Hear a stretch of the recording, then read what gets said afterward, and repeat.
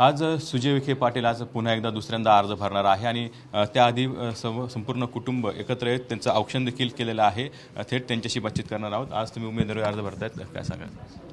आदरणीय प्रधानमंत्री नरेंद्र मोदींच्या नेतृत्वाखाली देशाने एक निर्णय घेतला आणि मला विश्वास आहे की परत एकदा अबकी बार 400 पार हा नारा आदरणीय प्रधानमंत्री नरेंद्र मोदींच्या नेतृत्वाखाली पूर्ण केला जाईल आणि त्या नाऱ्यामध्ये त्या 400 पारमध्ये अहिल्यानगरचा खासदार हा भारतीय जनता पार्टीचा होईल असा मला विश्वास आहे। कामाच्या जोरावरती पुन्हा एकदा दुसऱ्यांदा तुम्ही विजय होणार।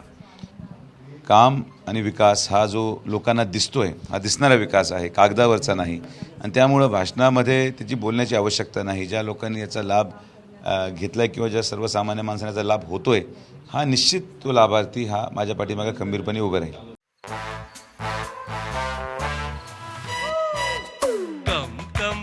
My love, please don't say no, baby. Come, my love. V-Guard के air coolers extra large cooling pads के साथ जो अच्छों को ठंडा करे। V-Guard air coolers, long lasting cooling. प्रत्येक वेळेस विखे परिवारासमोर आव्हान उभं केलं जातं।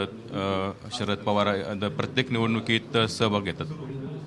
2019ला ती स्थिती निर्माण करण्याचा प्रयत्न केला होता आणि त्यावेळी डॉक्टर सुजयंची पहिलीच निवडणूक होती। पण मी म्हटल्याप्रमाणे खरं म्हणजे आम्हाला जे नेतृत्व आहे ते विश्वनेता आदरणीय प्रधानमंत्री नरेंद्र मोदी साहेबांचं आहे आणि मी म्हटलं आणि देशाच्या जनतेनं जे काही अबकी बार 400 पार जो काही निर्णय घेतलेला आहे मला वाटतं त्यामध्ये आपल्या नगर जिल्ह्यातले दोन्ही महायुतीचे खासदार हे त्या ठिकाणी निवडून जातील।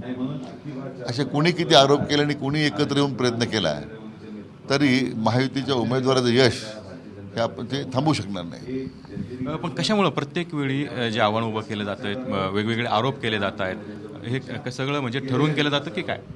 जसं की त्यांना शल्य आहेच आहे की विखे पाटलांची ताकद जिल्ह्यामध्ये आहे आणि आता जिल्हा आमच्यावर अवलंबून नाही आहे, हे शल्य त्यांना आहे।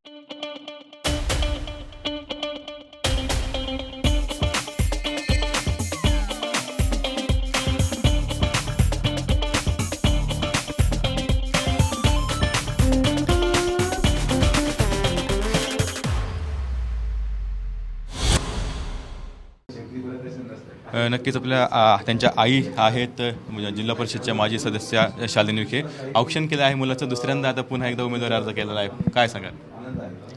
मला मनापासून आनंद होते की आपल्या भारतीय जनता पक्षाने परत एकदा जो काही विश्वास हा खासदार सुजय विखे पाटलांवर दाखवलेला आहे आणि ह्या विश्वासाला निश्चितच डॉक्टर सुजय विखे पाटील पात्र आहे।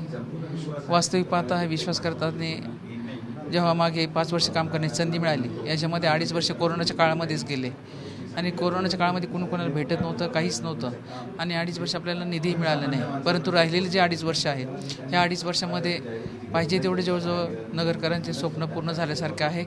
थोडेफार राहिले असतील, पाण्याचा प्रश्न असेल, पण निश्चितच तो पूर्ण केल्याशिवाय तो राहणार नाही, कारण मला स्वतःचा आत्मविश्वास आहे। ज्या आत्मविश्वासाने तो काम करतो।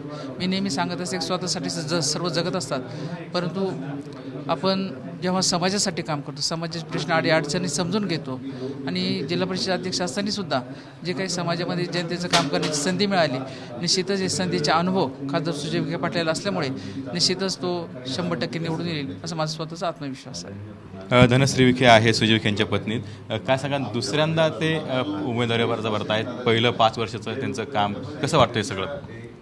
नाही, नक्कीच चांगलं वाटतं आहे, कारण विखे पाटील कुटुंबाचा वारसा घेऊन ते पुढं चाललेले आहेत। जवळपास 50 ते 60 वर्षापासून आपण जनतेच्या सेवेमध्ये आहोत आणि मागच्या 5 वर्षामध्ये सुद्धा डॉक्टर सुजय विखे पाटील जे पहिल्यांदा खासदार निवडून आले होते ते ह्या जनतेच्याच विश्वासाने आशीर्वादाने निवडून आले होते आणि मागच्या 5 वर्षामध्ये डॉक्टर सुजय विखे पाटलांनी केलेली कामाची यादी ही प्रत्येक नागरिकाला चांगल्या पद्धतीने माहिती आहे, कारण आपण प्रत्येक गाव आपण चांगल्या पद्धतीने विकास केलेला आहे प्रत्येक गावामध्ये आणि जनता खुश आहे। त्याच्यामुळे आम्हाला पूर्ण विश्वास आहे की डॉक्टर सुजय विखे पाटील पुन्हा एकदा खासदार होतील आणि खूप चांगल्या लीडने निवडून येतील।